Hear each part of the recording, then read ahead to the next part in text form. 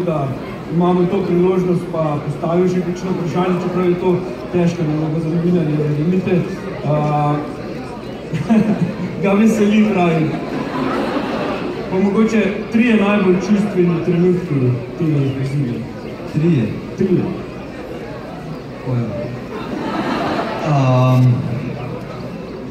Mislim, da prva zmaga sezone v Nižnem Tagilu. Novoletna turneja, razmere na skakalnici po zadnjem skoku v Planici. V izteku. Peter, izjavili ste po tekmah v Planici, da zdaj pa prihaja tisti del leta, ko pa lahko počnete skoraj da vse, kar se vam zahoče. Kaj pa to pomeni? Kaj to vključuje? Verjetno ne, ali tudi, ne vem, hamburger, pa sladke pijače? Se to tudi med sezonom daj pa še. Ne, kar se mi zahoče. Ne vem, kar se spomnim, zmislim, se lahko sedem v avto oziroma obrnem in to začnem delati. A veste, po katerem stavku sem si pa jaz najbolj po koncu te sezone pač naslikal to vašo sliko v glavi. Po stavku, ki ste ga izjavili, samo nekaj vedel. Če bom naslednjo sezono skakal tako, kot sem v letošnji sezoni, potem ne bomo spredi. To pomeni, da ste že ta trenutek mentalno pripravljeni na garanje, da boste skakali na višjem nivoju v naslednji sezoni? Pripravljen mogoče še nisem, sprijaznil sem se pa že. Bravo!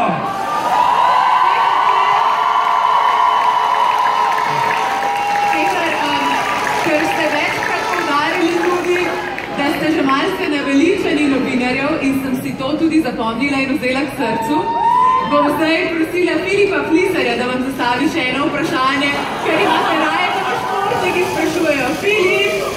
Filip prihaja. Peter je zdaj globoko izdihnil, kot na letalnici, to bo težko vprašanje. Reševalna okoliščina ni vedel za to.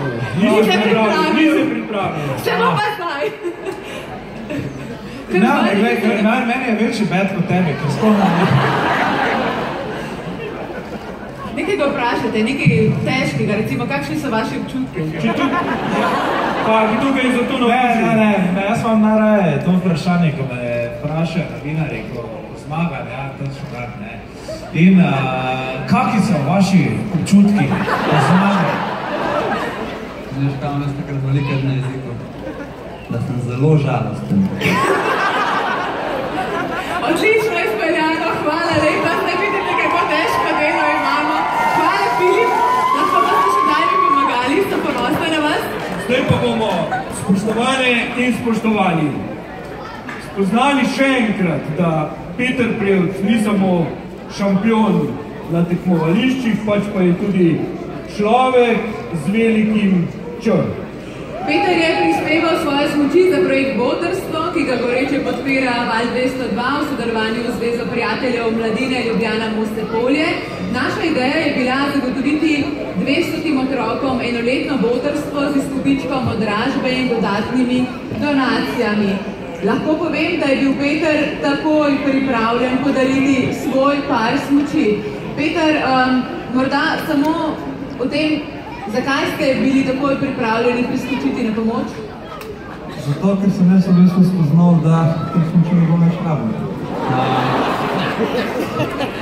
In če lahko pa s smučmi, ki ne potrebuješ čest več, ker lahko bi pripravili nove, sicer nimajo take vrednosti še. Zakaj ne bi to uporabili v en dober namen, da nekomu, ki si ne more privoščiti, da si lahko vsaj tako, da mu pomagamo.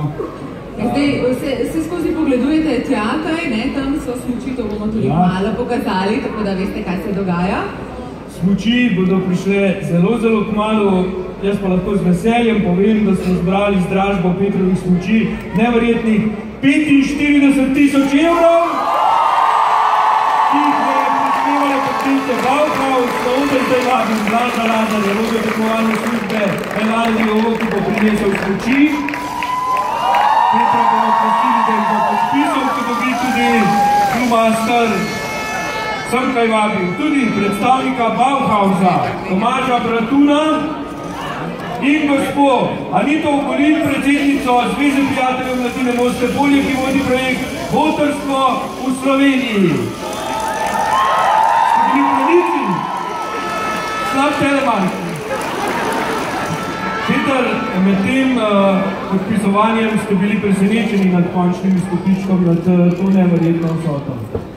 Ja, jaz sem bil zelo presenečen. V bistvu en dan prej je bilo zvečer zaključna cena tam okrog 11 000. Drug dan dobim SMS, da je cena 45 000.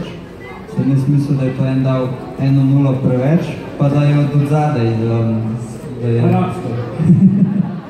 da ni aktualen podatek, če je bil že prej 11 000. Ampak pol sem mi pa povedal, da je to res, da je Kris toliko dolg. Sem bil pa kar zelo presenečen.